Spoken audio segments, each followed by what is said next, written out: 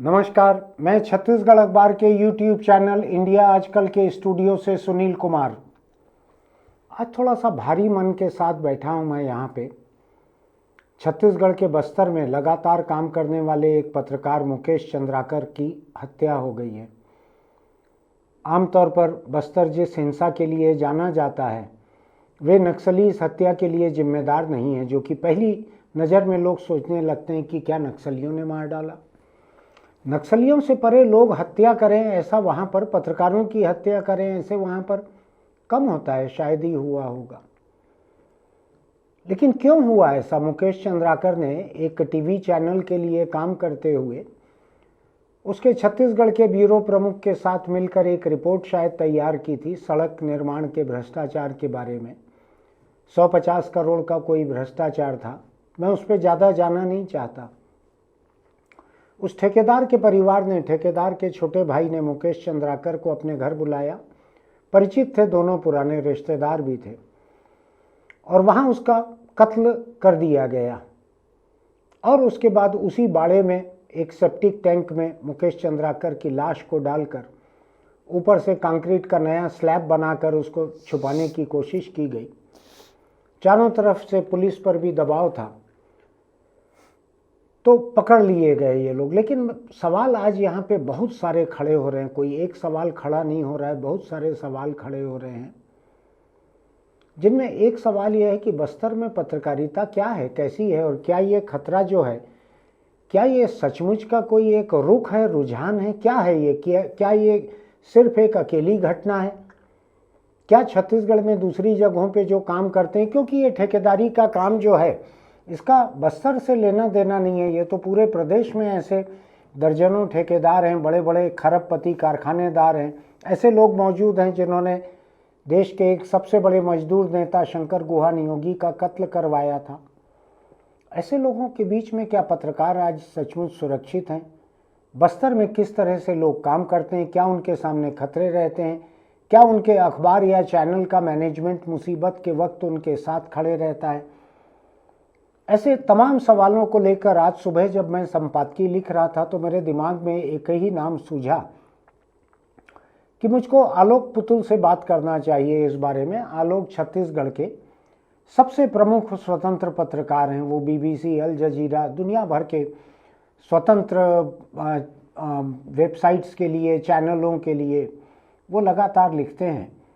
छत्तीसगढ़ के भीतर वो लगातार बहुत गंभीर पत्रकारिता करते हैं। और बस्तर के बारे में अगर मुझको कोई भी गंभीर बात समझनी होगी तो मैं किसी भी दूसरे के मुकाबले आलोक पर ज़्यादा भरोसा करूंगा। आलोक और मैं पुराने सहकर्मी रहे हुए हैं, हमने साथ में काम किया हुआ है। आपने इस चैनल पर आलोक को बार बार देखा हुआ है। बहुत दिन बाद हम दोनों आपके सामने आ रहे हैं, लेकिन ये ऐसा मुद्दा है जिसमें मैं और किसी नाम के बारे में सोच भी नहीं पा रहा था।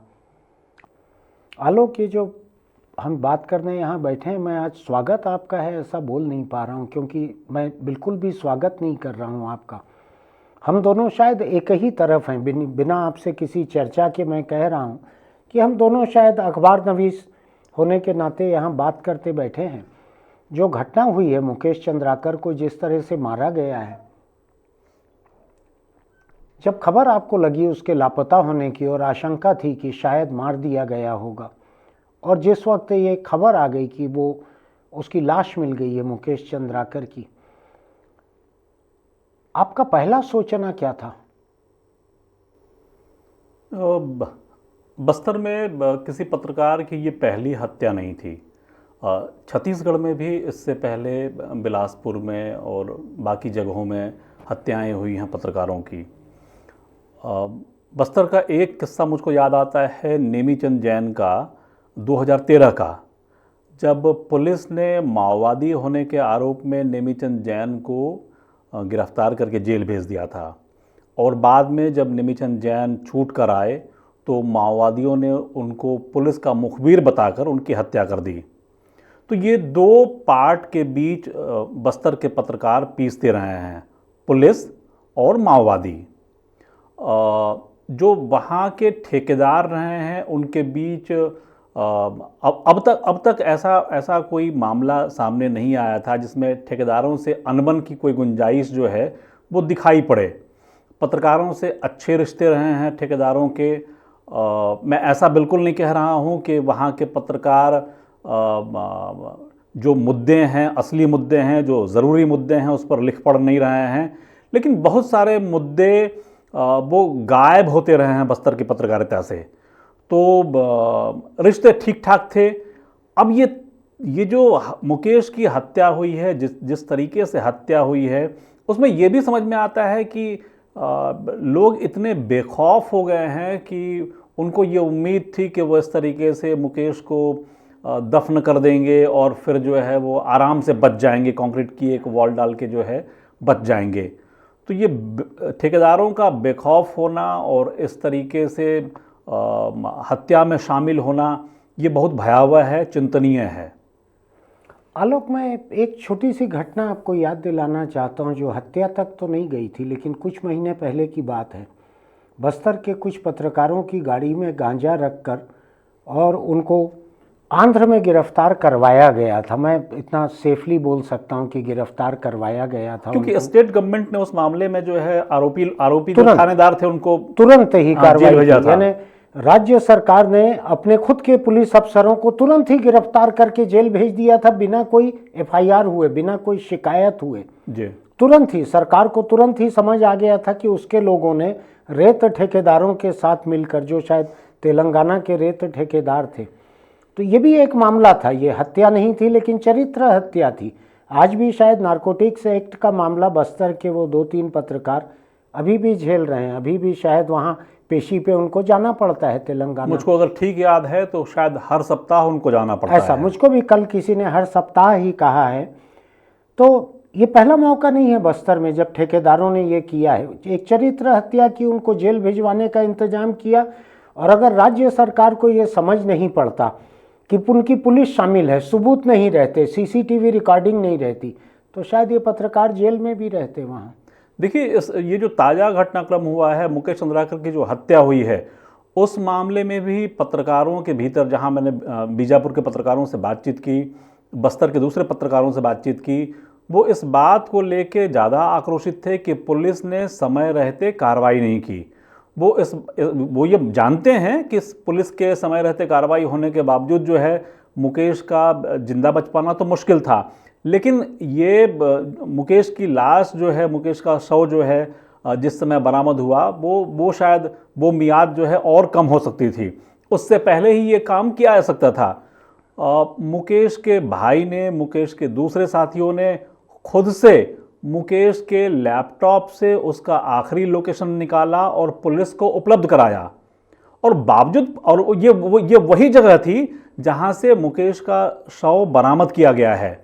तो पुलिस ने समय रहते अगर कार्रवाई की होती, उस लोकेशन पर ध्यान दिया होता, तो इस घटना का फाश जो है वो पहले ही हो गया होता। आपको क्या लगता है आलोक, बस्तर की पुलिस जो है, बस्तर में काम करने वाले जो बड़े ठेकेदार हैं, बड़े सप्लायर हैं, या दोनों ही बड़ी पार्टियां जो हैं, उसके नेता जो हैं, पुलिस कितनी कॉम्प्रोमाइज्ड रहती है? पुलिस किस हद तक समझौता परस्त रहती है ऐसी ताकतों से? ठेकेदार, सप्लायर, अफसर, नेता, इनके साथ पुलिस का तालमेल कितना रहता है? देखिए, मैं इसको बिल्कुल ताज़ा संदर्भ से जोड़ के आपको बताना चाहूँगा कि जिस सड़क निर्माण की खबर को लेकर अनबन की बात है, या मुकेश की हत्या तक जो बात पहुंच रही है कि मुकेश की हत्या उस खबर के कारण हुई है, हो सकता है कि उसके पीछे कुछ और भी कारण हो, ये आगे की जांच में ये बात साफ होगी, लेकिन आरंभिक तौर पर ये बात आ रही है कि मुकेश की हत्या उसी खबर के कारण हुई है। उस खबर को लेकर, जिस सड़क निर्माण की खबर है, उसको लेके बस्तर के पत्रकार एसपी के पास उनकी बाइट लेने के लिए पहुंचे थे।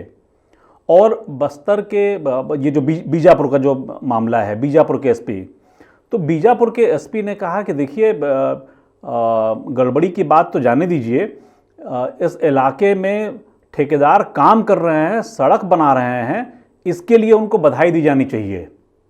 तो ये जो रिश्ता है, ये रिश्ता क्या कहलाता है, उससे आप निष्कर्ष निकाल सकते हैं। दूसरा ये है कि मुझको जो अभी पता लगा है इसमें, कि जो हत्यारोपी हैं उनमें से जो बड़ा भाई, जो मुख्य ठेकेदार बतलाया जा रहा है चंद्राकर, वो कांग्रेस पार्टी के किसी अनुसूचित जाति जनजाति किसी प्रकोष्ठ का सचिव भी है और कांग्रेस के लोगों से उसका गहरा लेना देना है, पदाधिकारी रहा हुआ है, ऐसा भाजपा ने भी आरोप लगाया है। ऐसी तस्वीरें भी बहुत सारी है।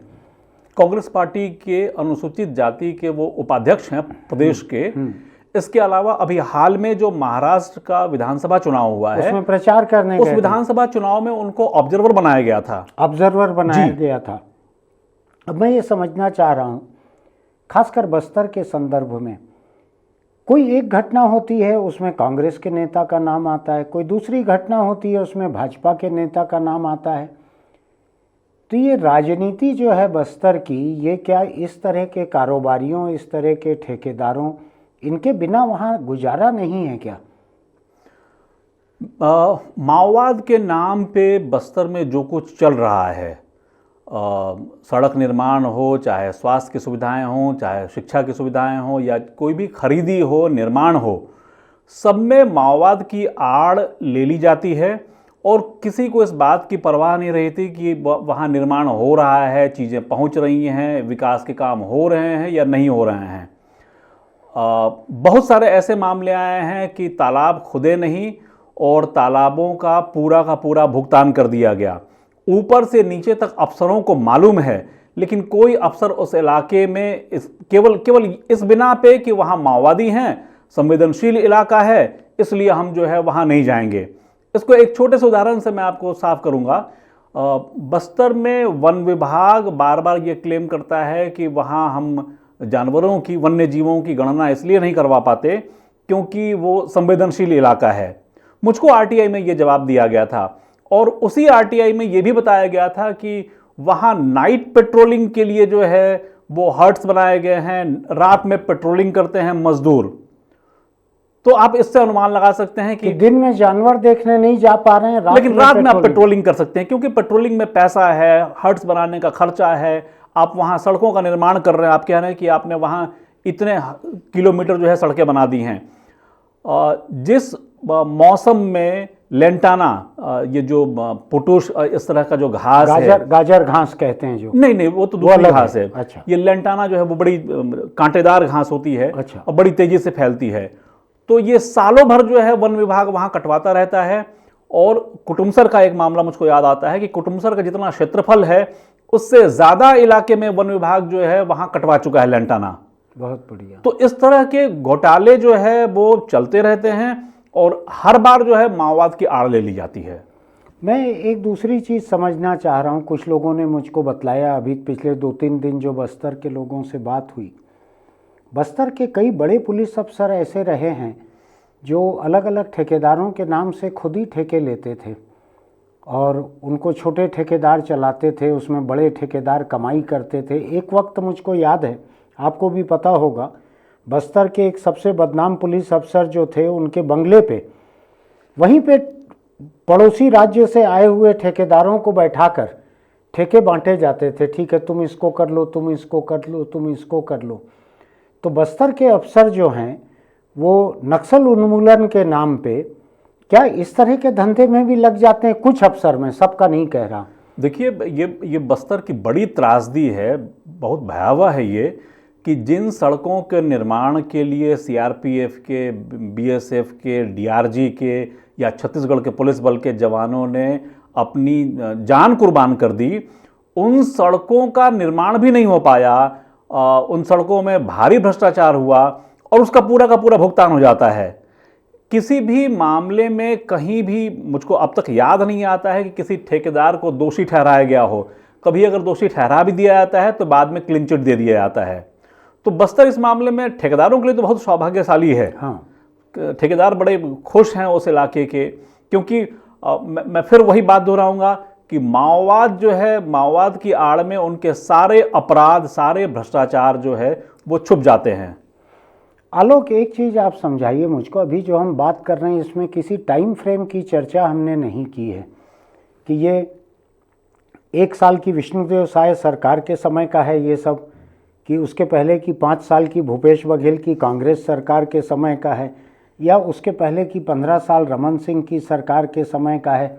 आप तो लगातार पिछले 20-25 साल से बस्तर जा रहे हैं, उसको बारीकी से देख रहे हैं।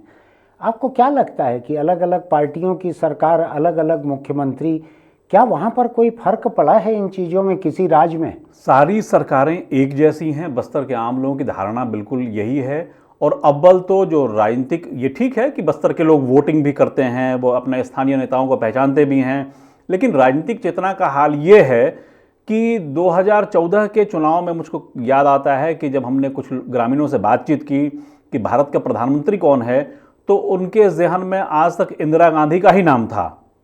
वो तत्कालीन प्रधानमंत्री मनमोहन सिंह या उससे पहले के प्रधानमंत्री नरसिम्हा राव या अटल बिहारी वाजपेयी, इनका नाम तक नहीं जानते थे। यहाँ तक कि 2014 के इलेक्शन में मुझको कोंडागांव शहर के बीच जो है एक बड़ा होर्डिंग याद आता है, जिस पे ये दर्ज था कि जात पर न पात पर, इंदिरा जी की बात पर मुहर लगेगी हाथ पर। और इंदिरा गांधी के कटआउट के साथ जो है वो पोस्टर लगा हुआ था, बड़ा सा पोस्टर। 2014 के इलेक्शन की बात है। 1984 में इंदिरा जी जा चुकी थी और कांग्रेस पार्टी ये मान के चल रही थी कि लोगों के जहन में इंदिरा गांधी ही बसी हुई हैं। तो बस्तर राजनीतिक तौर से पीछे तो है ही है।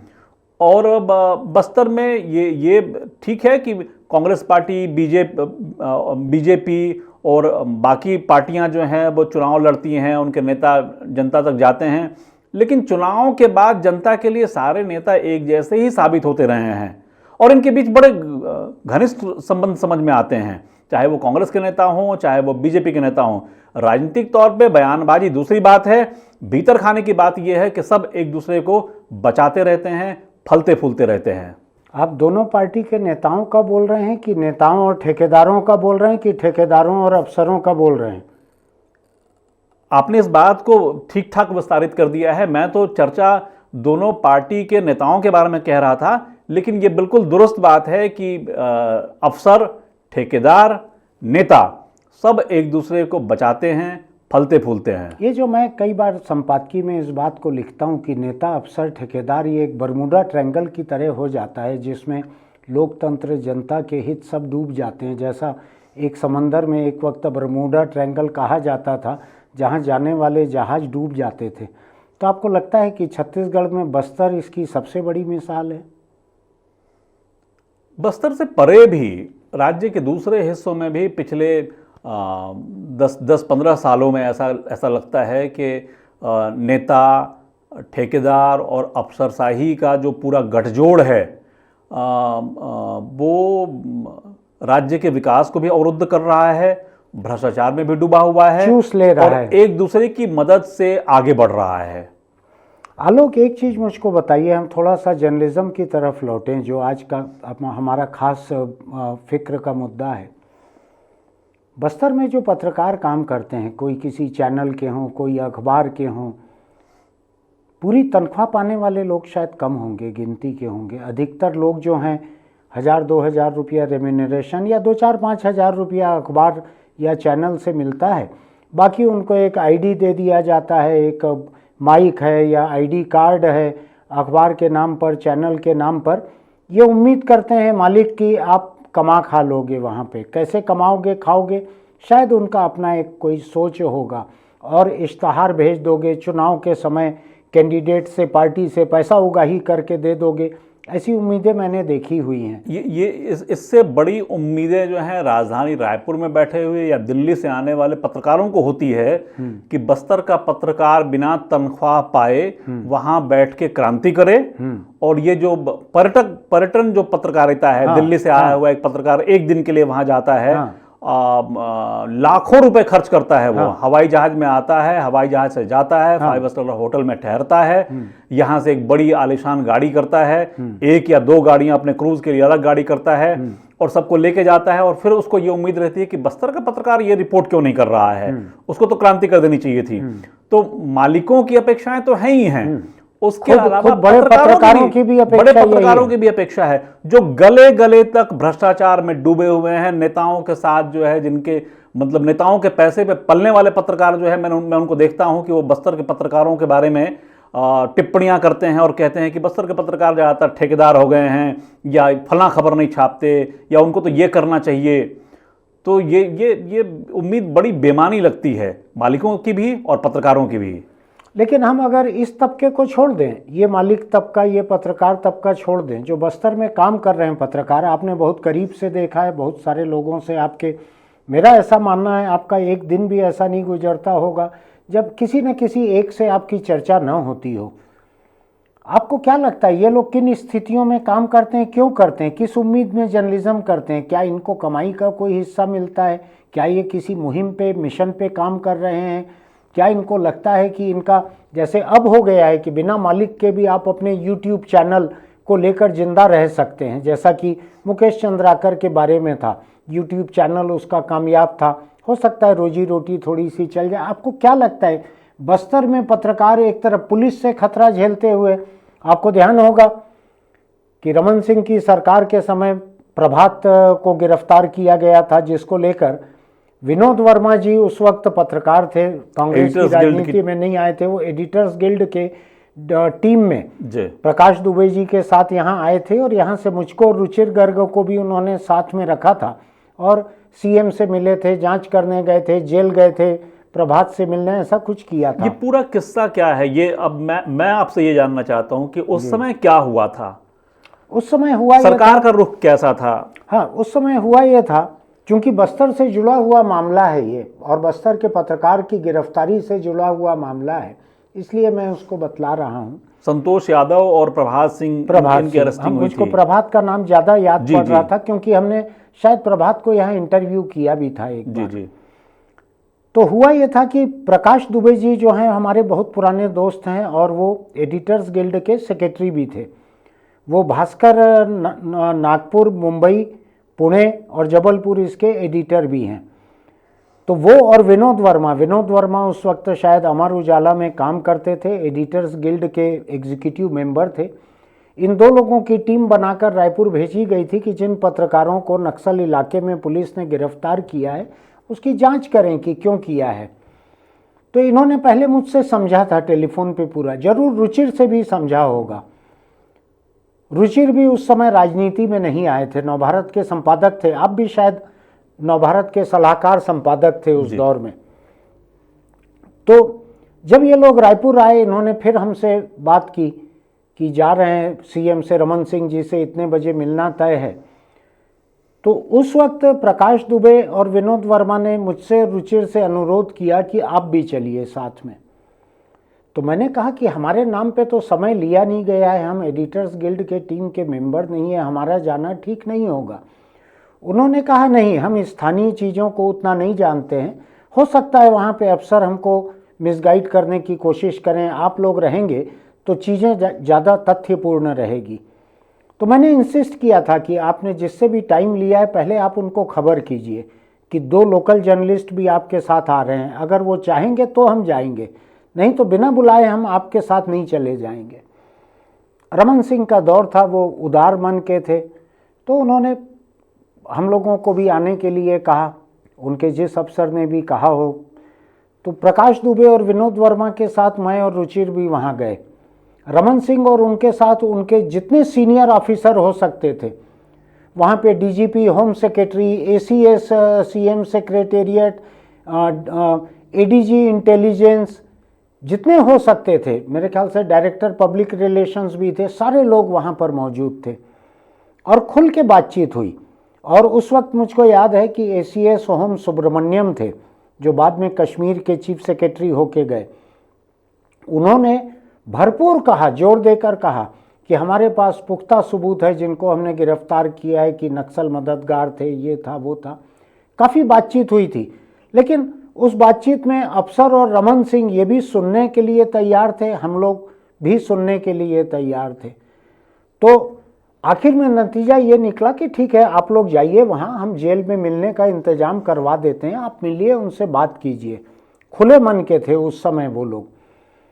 ये वहाँ पर बातचीत तो हुई थी, और मेरे हिसाब से पत्रकारों की गिरफ्तारी को लेके मुख्यमंत्री से और उनकी टीम से इतनी गंभीर बातचीत मुझको तो 25 साल में छत्तीसगढ़ में और याद नहीं पड़ रही है, जिसमें रमन सिंह अपने सारे अमले को लेकर बैठे थे जवाब देने के लिए।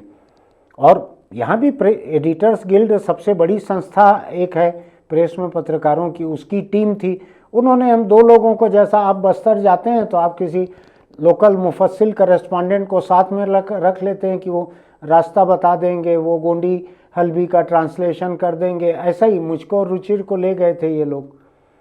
तो बाद में जाके ये साबित हुआ कि इन पत्रकारों के खिलाफ कोई सबूत नहीं थे पुलिस के पास, सरकार के पास। ऐसा ही हुआ जी था। जी बिल्कुल यही हुआ बिल्कुल। था। और रमन सिंह को इन्होंने अंधेरे में रख कर इनके अफसरों में, खासकर मैं नाम लेना चाहूँगा, सुब्रमण्यम ACS होम थे उस दिन, उन्होंने सबसे बढ़ चढ़कर इस दमखम से ये कहा था कि हमारे पास पुख्ता सबूत हैं। तो जो अफसर हैं ये किसी निर्वाचित मुख्यमंत्री को किस तरह अंधेरे में रखते हैं, ये पहला और आखिरी उदाहरण नहीं था। इसके पहले का भी याद होगा आपको, सलवा जुडूम से लेके बाद में बहुत सारे मौक़ों पर जब गांव के गांव जला दिए गए, जब लोगों को एक जलसे की तैयारी करते आदिवासियों को घेर कर मार डाला गया था। शायद 17 लोगों को एक साथ मारा गया था, निहत्थे थे सारे के सारे। और जो बाद में जुडिशियल इंक्वायरी में साबित हुआ, सारकेगुड़ा और एडसमेटा, ठीक है, 12 लोग और 16 या 17 लोग थे। 17 लोग जी। तो इस समय भी जो भी मुख्यमंत्री रहे होंगे, मैं उसके ऊपर नहीं जा रहा हूँ, अफसर जो हैं उनकी अपार क्षमता रहती है कि मुख्यमंत्री को अंधेरे में रखना, मुख्यमंत्री को मिसगाइड करना, मीडिया को भी मिसगाइड मतलब करना। आपने जो जिन जनसंहारों का जिक्र किया, मैं जनसंहार इसलिए कह रहा हूं क्योंकि वो निर्दोष नागरिक थे।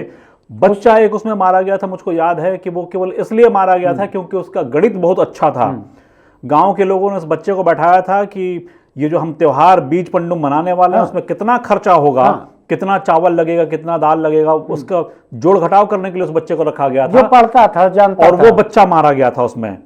तो ऐसे निर्दोष जब मारे गए थे तब मीडिया को यही बताया गया था कि माओवादियों के साथ घंटों चली मुठभेड़ में पुलिस ने जो है इतने 17 माओवादियों को मार डाला है, भारी मात्रा में हथियार बरामद हुए हैं, नक्सली साहित्य बरामद हुआ है। और बाद में और मीडिया के एक हिस्से ने तश्तरी में पेश किए गए तथ्यों को ज्यों का त्यों मान भी लिया था। मीडिया के साथ ये मजबूरी भी है कि उनको किसी एक के बयान पर निर्भर हो जाना पड़ता है जब तक किसी दूसरे का बयान न आ जाए।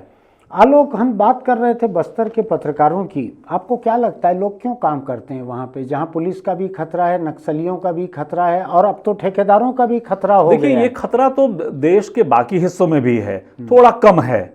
और अब सब जगह एक जैसे ही हालात हैं। कुछ लोग प्रलोभन में काम कर रहे हैं, कुछ लोग दबाव में काम कर रहे हैं, कुछ भी नहीं है इसलिए काम कर रहे हैं, और कुछ लोग सच में केवल और केवल पत्रकारिता के पेशे में रहने का जो जुनून है उसके लिए काम कर रहे हैं। तो बस्तर में ऐसे पत्रकारों की संख्या भले कम है, लेकिन ऐसे पत्रकार हैं जो केवल पत्रकारिता के पेशे का सम्मान करते हुए या पत्रकारिता ही करना है इसलिए वो पत्रकारिता के पेशे में हैं। आपको ऐसा लगता है क्या कि बस्तर के बाहर छत्तीसगढ़ में कहीं भी और पत्रकार उस तरह का खतरा झेलते हैं, मैं और आप या और दूसरे लोग? बिलासपुर शहर में, शहर के बीचों बीच सुशील पाठक की हत्या कर दी गई थी। वो दैनिक भास्कर के संभवतः समाचार संपादक थे। 2010 या 11 का मामला है, 20 दिसंबर की तारीख थी वो। सुशील पाठक की हत्या भी, मतलब ये अब तक ये बात सामने नहीं आ पाई है कि किन कारणों से हत्या हुई थी। मैं केवल संदर्भ के लिए इस बात को लाया, लेकिन अब बोलते हुए मुझको लगता है कि मुकेश चंद्राकर की हत्या के मामले में इस बात पे ध्यान देना ज़्यादा जरूरी होगा पत्रकारों के लिए। अगर वो सच में मुकेश के प्रति थोड़े भी संवेदनशील हैं तो इस मामले के जो सबूत हैं, जो अहम कड़ियां हैं, जो गवाह हैं, वो इकट्ठे करने में पुलिस कोई कोताही न बरते, इस पर ध्यान दें। अन्यथा जांच कार्रवाइयों का हाल ये है कि 2010 या 11, मैं सन भूल रहा हूं, सुशील पाठक की हत्या हुई और उस मामले की जांच का जिम्मा जो है वो सीबीआई को दिया गया और सीबीआई आज तक अपनी रिपोर्ट जो है वो फाइल नहीं कर पाई। हालत ये हुई कि सीबीआई का एक डीएसपी जो है इस मामले की जांच करने के नाम पे ब्लैकमेल करते हुए गिरफ्तार हो गया।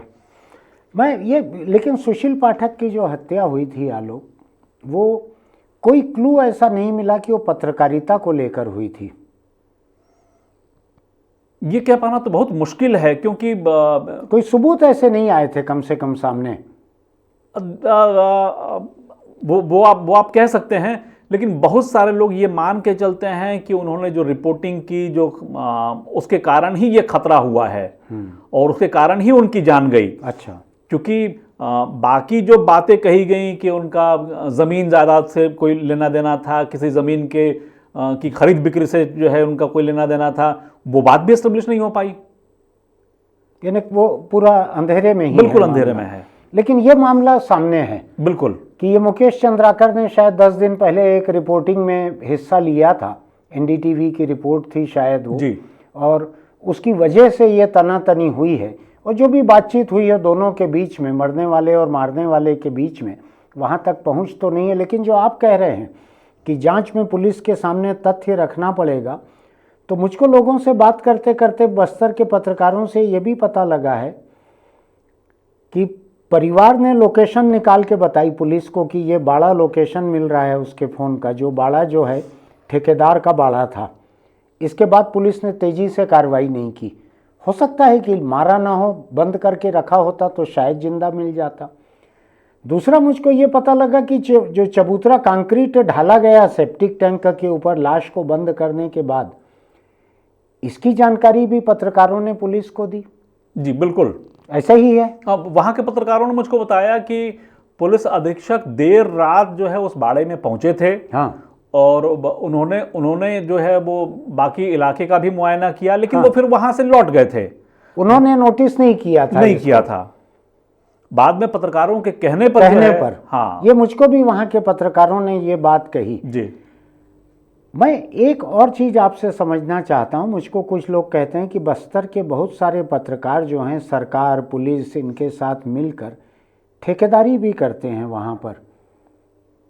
और देखिए मैं इसका कोई बचाव नहीं करना चाहता, लेकिन एक इसमें एक दूसरा मेरा सवाल है कि क्या रायपुर के, दिल्ली के या बाकी शहरों के पत्रकार इस तरह के धंधे में नहीं हैं? मतलब आज की हालत यह है कि मुझको लगता है कि अधिकांश पत्रकार, देश के अलग अलग हिस्सों में काम करने वाले अधिकांश पत्रकार, उनके पास अपने हिस्से का कोई एक दूसरा पेशा भी है। बहुत कम लोग हैं जो केवल पत्रकारिता पर निर्भर हैं, क्योंकि हो सकता है कि बाजार का यह दबाव है या अपनी पत्रकारिता को सुरक्षित रखने का दबाव है या पत्रकारिता में कम वेतन या उसका आकर्षण जो है वो कम हो रहा है। ये भी हो सकता है कि एक दूसरी आर्थिक सुरक्षा रहने से, आर्थिक सुरक्षा भी एक मामला है, दूसरी आर्थिक सुरक्षा रहने से वो खुलकर पत्रकारिता कर पाते हो, ये भी हो सकता है। ऐसा अगर न भी हो तो कम से कम आजीविका के लिए बस्तर के पत्रकारों को केवल पत्रकारिता पे वो निर्भर रह जाएं, ये थोड़ा मुश्किल है, थोड़ा मुश्किल है। क्योंकि रायपुर के जो अखबार हैं या चैनल हैं वो आईडी देकर या परिचय पत्र देकर भूल जाते हैं कि इसके बाद का हिस्सा, जैसा आपने जिक्र किया। मैं एक दिलचस्प बात बताता हूँ। 2000 के आसपास जब ये अखबार शुरू किया हमने, छत्तीसगढ़ अखबार जी, उस वक्त मुझको एक अखबार मालिक, दूसरे अखबार मालिक ने साल 2 साल बाद कहा कि आप में अकल कम है ऐसा करके। मैंने कहा जाहिर है, तभी अखबार शुरू किया है। तो उन्होंने कहा कि अगर आपकी जगह मैं रहता तो संवाददाता नियुक्त करते हुए 2 करोड़ रुपए में डिपॉजिट करवा लेता। अलग अलग जिलों में अलग अलग जगहों पे संवाददाता नियुक्त करते हुए उनसे मैं 2 करोड़ रुपए डिपॉजिट करवा लेता। मैं नहीं जानता कि ये सब अखबारों में ये हाल है कि नहीं, लेकिन एक बहुत पुराने अखबार के मालिक ने मुझसे ये बात कही थी। तो अखबार मालिकों का यही हाल है, चैनल मालिकों का यही हाल है। छोटे कस्बों में के जो संवाददाता हैं उनको पहले अखबार का एजेंट ही बनाया जाता है और बदले में उनसे पैसे भी रखवाए जाते हैं और साथ में संवाददाता की एक टैग दे दी जाती है कि आप संवाददाता भी हैं और विज्ञापन भेजो तो उसमें कमीशन। और कई जगहों पे विज्ञापन भेजने के लिए इतना दबाव रहता है कि कुछ बड़े बड़े अखबारों के ऐसे संवाददाता जिन पे विज्ञापन का अंधाधुंध दबाव था, वो बड़े अखबार छोड़ के उनको बहुत छोटे अखबारों में मैंने जाते देखा है कि यहाँ हम चैन से सो तो सकेंगे, आधी रात को फ़ोन करके तो गाली नहीं दी जाएगी, ये स्थिति है। तो बस्तर में भी आपको लगता है मेरे ज़हन में एक सवाल और अभी आया, पता नहीं उसका जवाब आपके पास है कि नहीं। ये जो कांग्रेस पार्टी की सरकार ने जो पत्रकार सुरक्षा कानून बनाया था उसका क्या हुआ, वो आपकी जानकारी में है क्या? उसका ये हुआ कि जब विनोद वर्मा कांग्रेस में उस तरह से नहीं आए थे और एडिटर्स गिल्ड की तरफ से आए थे। उस वक्त उन्होंने पत्रकारों की सुरक्षा के लिए रमन सिंह के साथ बैठक में बहुत सारे मुद्दे उठाए थे, अच्छे उठाए थे मुद्दे, मैं भी साथ में था उन मुद्दों के। बाद में जब वो सरकार का हिस्सा हो गए, मुख्यमंत्री भूपेश बघेल के राजनीतिक सलाहकार हो गए, तब भी ये बात मुद्दा बनी हुई थी कि पत्रकार सुरक्षा कानून लाना है, पत्रकार सुरक्षा कानून लाना है। वो जो कमेटी बनी थी उसमें प्रकाश दुबे जी को भी मेंबर बनाया गया था, भास्कर के एडिटर, और सुप्रीम कोर्ट के कोई रिटायर्ड जज थे, जस्टिस पटनायक, उनको भी शायद उसमें पटनायक उनको शायद मुखिया बनाया गया था कमेटी का। तो इन्होंने एक ड्राफ्ट तैयार किया, प्राइमरी ड्राफ्ट, प्रिलिमिनरी ड्राफ्ट तैयार किया। प्रकाश दुबे जी ने भी उस पर गौर किया था उस ड्राफ्ट पर। लेकिन बाद में जब फाइनल ड्राफ्ट हुआ, जो नोटिफिकेशन जो हुआ, गजट नोटिफिकेशन, उसमें बहुत सारे मुद्दों को डाइल्यूट कर दिया गया। बहुत सारी उसके प्रावधान जो थे, जो पत्रकार की सच में सुरक्षा कर सकते थे, उसको हटा दिया गया था। तो मुझको ऐसे लगता है कि भूपेश बघेल सरकार को लगा होगा हमको तो 5 साल अभी और सत्ता में रहना है, इतना ज़्यादा अधिकार अगर पत्रकारों को दे देंगे तो परेशानी तो हमारे लिए होगी। उनको अगर पता रहता कि हमको दिसंबर में चले जाना है तो हो सकता है कि यह पत्रकार सुरक्षा कानून बड़ा कड़ा बनता, ताकि आज वो पत्रकारों के लिए काम आया रहता। मैंने अभी भी जिस मार्च से हम लोग आ रहे हैं, पत्रकारों की जिस रैली से निकल कर आ रहे हैं, वहाँ कुछ लोगों ने मुझसे सवाल किया, तो उनको मैंने यही बात कही है कि विपक्ष में जब तक जो पार्टी रहती है उसको मीडिया अच्छा लगता है, जैसे ही वो सत्ता में चली जाती है वो आँख की किरकिरी बन जाता है मीडिया। ये बस्तर के ऊपर भी लागू होता है। मैं तो देखता हूँ बस्तर में सत्ता को स्थायी रूप से मीडिया अपनी आँख की किरकिरी लगता है। जितने वहाँ के पत्रकारों के बारे में सुनता हूँ, पुलिस यही प्लांट करने की कोशिश करती है मुझको या अफसर, कि ये तो ठेकेदारी भी कर रहे हैं, ये तो उस तरफ वालों से मिले हुए हैं। मैं कल की बात बतलाता हूँ आपको, मुकेश चंद्राकर के बारे में जब मैंने फ़ोन करके पूछा एक से, क्या उसकी डेड बॉडी मिली है, क्या उसका मर्डर कन्फर्म हो गया है, ये दोपहर की बात है, तो उन्होंने मुझको कहा कि नहीं उसका मर्डर कौन करेगा, वो तो उस तरफ का था, उस तरफ का था, यानी वो नक्सलियों के साथ था। ऐसा सत्ता के लिए ये बड़ा आसान हो जाता है, किसी भी पत्रकार को नक्सली कह देना, किसी भी पत्रकार को ठेकेदार कह देना, और जो ज़्यादा आम प्रचलन की भाषा है ब्लैकमेलर कह देना किसी पत्रकार को। बस्तर के पत्रकारों के लिए माओवादियों ने फरमान जारी किया कि ये फलां पत्रकार जो है ये सरकार की चापलूसी कर रहे हैं, तो हम इन्हें चेतावनी देते हैं और उनके लिए वो जंगल के भीतर जो है इन इलाकों में प्रवेश ना करें। और ठीक उसी समय मुझको लगता है कि शायद 15 दिन या महीने दिन के बाद जो है ठेकेदारों ने एक बयान जारी किया कि ये फलां पत्रकार जो है हमको ब्लैकमेल कर रहे हैं। ये उसी बस्तर का किस्सा है। तो हम लोगों की बात जहाँ से शुरू हुई थी कि ये दुधारी तलवार है, हाँ, जहाँ चलना बहुत ही मुश्किल है, हाँ, और जब तक आपके हक की बात हो रही है तब तक जो है वो पत्रकार सच्चा पत्रकार है, हाँ, और जैसे ही उसने आपकी आलोचना कर दी या आपकी किसी गड़बड़ी के खिलाफ बोल दिया तो वो फरमान जारी हो जाता है। मुझको याद आता है कि रानू तिवारी ने, जो बस्तर के एक यूट्यूबर हैं, हाँ, और चैनलों के लिए भी काम करते, हाँ, रहते हैं, बहुत लोकप्रिय है उनका यूट्यूब चैनल। तो रानू तिवारी ने अपने किसी एक पोस्ट में केवल इतना भर कहा कि माओवादियों ने कई बार चेतावनी दी कि उंगलियां जो हैं आपकी काट दी जाएंगी अगर आप वोटिंग करेंगे। तो माओवादियों ने झट से एक फरमान जारी कर दिया कि आप सबूत लाइए कि किसकी उंगली काटी गई है। हाँ। तो हर एक आदमी जो है जैसे ही आलोचना होती है तो वो आक्रामक हो जाता है, वो मीडिया पे सवाल खड़े करना शुरू कर देता है। यानी सहिष्णुता का बस्तर में कोई स्कोप नहीं है, चाहे सरकार रहे, चाहे नक्सली रहे, चाहे ठेकेदार रहे। बिल्कुल बिल्कुल। ये विष्णुदेव साय की सरकार ने भी एक कोई कमेटी बनाई थी, आपको इस बात का ध्यान है? अभी ठीक से याद नहीं पड़ रहा है। विष्णुदेव साय की सरकार ने एक कमेटी की घोषणा की थी कि राज्य के पत्रकारों के खिलाफ जो मामले दर्ज हैं, हाँ, उनकी जांच की जाएगी और उनके अगर वो झूठे हैं तो हटाए जाएंगे। तो उस कमेटी के बारे में कुछ पता चल पाया क्या? नहीं, मुझको आलोक याद नहीं पड़ रहा है। कोई बड़ा मुद्दा था नहीं। जो ये बप्पी रे वगैरह का जो मामला हुआ था, गांजा वगैरह, रख के गाड़ी में, जी। उस पर सरकार ने जिस बिजली की रफ्तार से काम किया था, तो उसको लेके सरकार के से मुझको ज़्यादा शिकायत नहीं थी। सरकार ने अंधाधुंध रफ्तार से अपने पुलिस अफसर को गिरफ्तार किया था और जेल भेजा था, तो मुझको उस घटना को लेके तो शिकायत नहीं थी। हालांकि जेल भेजते हुए कहीं ये आरोप नहीं था कि उन्होंने गांजा रखवाया, हाँ। या पत्रकारों के लेकिन किसी और उसमें कोई शामिल मामला भी नहीं नहीं थे। था उनके खिलाफ। हाँ, उनके खिलाफ बड़ा बहुत गोल मोल जो है टिप्पणी की हाँ, गई थी कि हाँ। उन्होंने जो है नियम विरुद्ध जाकर जो है कैमरे से छेड़खानी की, हाँ, ऐसा कुछ हाँ, जो है आरोप वो लगाया गया था। उसका डीवीआर निकाल के ले गए थे। तो डीवीआर निकाल के ले जाना इतना बड़ा क्राइम नहीं था कि पुलिस सरकार अपने पुलिस अफसर को गिरफ्तार करे। और यही कारण है कि तत्काल प्रभाव से कुछ दिनों के भीतर ही उनकी जमानत भी हो गई। हम आलोक ये बात करें कि जो बस्तर की जो पत्रकारिता हो रही है, एक तरफ नक्सल दबाव, एक तरफ पुलिस का दबाव और अब ठेकेदारों से जान का खतरा, इसके बीच में बस्तर की जो जनता है, बस्तर की जो ज़मीन है, जंगल है, खदानें हैं, वहाँ की पेड़ हैं, इसके लिए क्या संभावना आपको दिखती है? क्या पत्रकारिता इन लोगों के हितों की रक्षा कर सकेगी वहाँ पर, कि पत्रकार अपने को बचा लें तो बहुत है? क्या लगता है? बस्तर में किसी समय आदिवासी संगठन बहुत मजबूत हुआ करते थे। आदिवासी संगठनों के अलावा भी जो राजनीतिक संगठन थे, जो छोटे राजनीतिक संगठन थे, जो वामपंथी किस्म के जो जुझारू लड़ाका जो माने जाते हैं, जो माओवादियों से अलग हैं वैचारिक तौर पे, तो उनके आह्वान पे 50-50 हज़ार लोग जो है इकट्ठे हो जाया करते थे मुद्दों को लेके।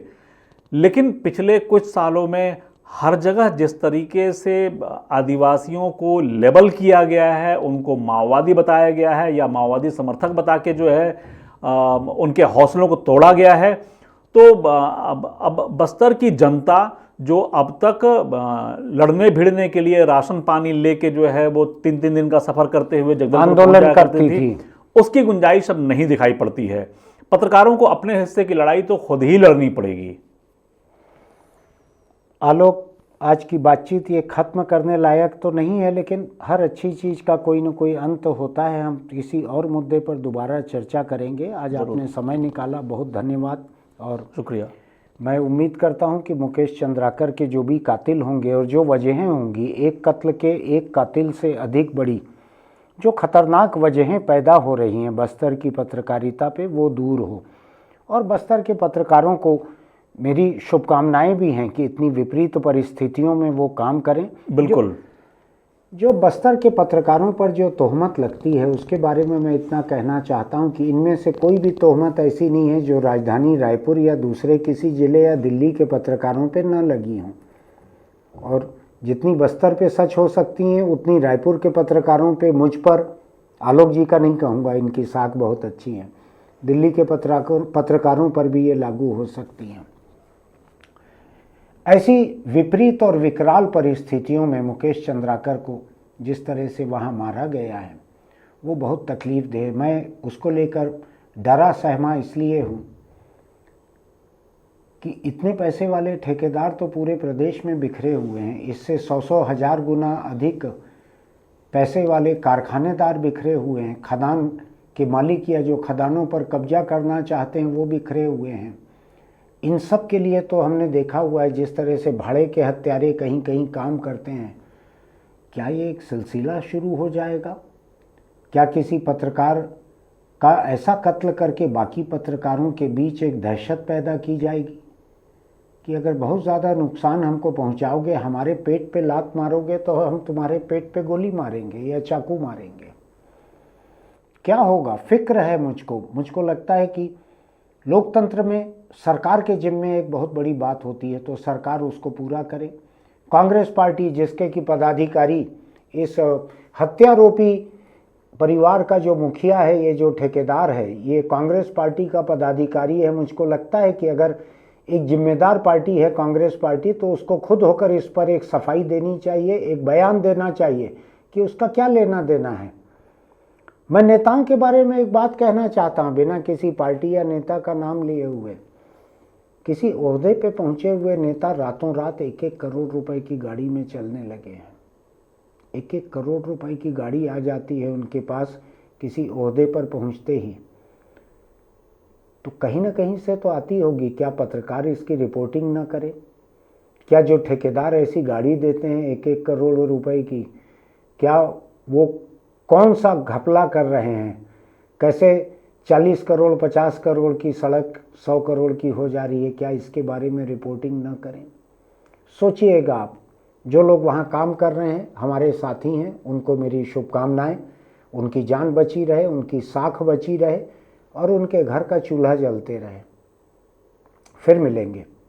आपको अगर हमारा ये YouTube वीडियो अच्छा लगता है तो हमारे चैनल इंडिया आजकल को सब्सक्राइब कीजिएगा, नोटिफिकेशन की बटन दबाइएगा, लाइक कीजिएगा, कमेंट कीजिएगा, अपने दोस्तों को इसका लिंक भेजिएगा। हो सकता है उनमें से कुछ लोग इस गंभीर बातचीत को सुनना चाहें।